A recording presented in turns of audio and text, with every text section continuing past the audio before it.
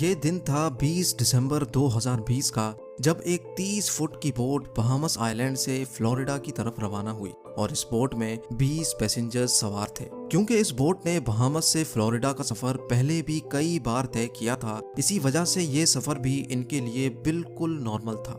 लेकिन बीच समंदर में इस बोट के साथ आखिर क्या वाकया पेश आया था?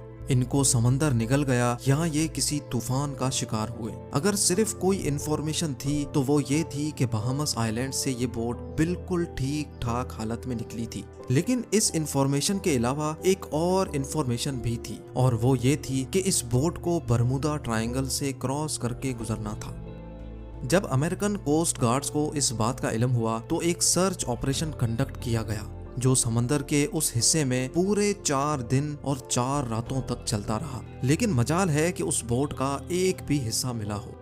SEM TV के वीडियोस में एक बार फिर से खुशामदीद। नाजरीन, हम सब ने बरमूदा ट्रायंगल की कई स्टोरीज सुन रखी हैं। बरमूदा ट्रायंगल समंदर का एक बहुत बड़ा हिस्सा है जो असल में अटलांटिक ओशन में पाया जाता है। ये ट्रायंगल फ्लोरिडा से बरमूदा आइलैंड और फिर पोर्टो रिको से होकर वापस फ्लोरिडा पर खत्म होता है। इस बनने वाले ट्रायंगल का एरिया 8 लाख स्क्वायर किलोमीटर के बराबर है। यानी ये ट्रायंगल पाकिस्तान और टर्की से भी ज्यादा बड़ा है, जिसको कभी बरमूदा ट्रायंगल तो कभी डेविल्स ट्रायंगल भी कहा जाता है। ये ट्रायंगल अपने मिस्टीरियस फिनोमेना की वजह से पूरी दुनिया में बदनाम है, जहां से गुजरते वक्त शिप्स और एयरप्लेन्स का कांटेक्ट अपनी बेस स्टेशन से अचानक टूट जाता है और वो हमेशा हमेशा के लिए गायब हो जाते हैं। अभी तक शिप्स और एयरप्लेन्स की एक बहुत बड़ी तादाद इस ट्रायंगल में गुम हो चुकी है। आज तक इनमें से सिर्फ चंद शिप्स और एयरप्लेन्स का मलबा रिसर्चर्स को समंदर के बॉटम से मिला है, लेकिन वो भी उस जगह से नहीं जहां वो आखिरी बार रेडार पे शो हुए थे। जबकि दूसरों का तो ना मलबा मिला और ना ही इनके अंदर मौजूद लोगों का आज तक किसी को पता चल सका है। समंदर के इस हिस्से में ताकतवर वोर्टेक्स पाया जाता है या फिर यहाँ सी मॉन्स्टर्स और एलियंस का बसेरा है।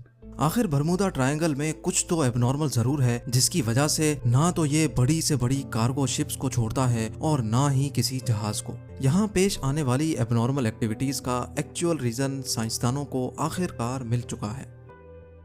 ये मामला शुरू हुआ था 1945 में, जब यूएस नेवी के 5 टॉर्पीडो बॉम्बर एयरक्राफ्ट्स एक मिशन पर निकले थे। उन 5 एयरक्राफ्ट्स में बैठे 14 लोगों के लिए ये बिल्कुल रूटीन प्रैक्टिस थी। लेकिन बरमूदा ट्रायंगल के एरिया में आते ही यूएस नेवी के रडार से वो 5 बॉम्बर तैयारे अचानक गायब हो गए, और वो भी एक साथ। क्योंकि उस वक्त वर्ल्ड वॉर 2 को खत्म हुए सिर्फ चंद महीने ही गुजरे थे, इसी वजह से यूएस नेवी का शक था कि शायद किसी दुश्मन ने उनके जहाजों को गिरा दिया है। उनकी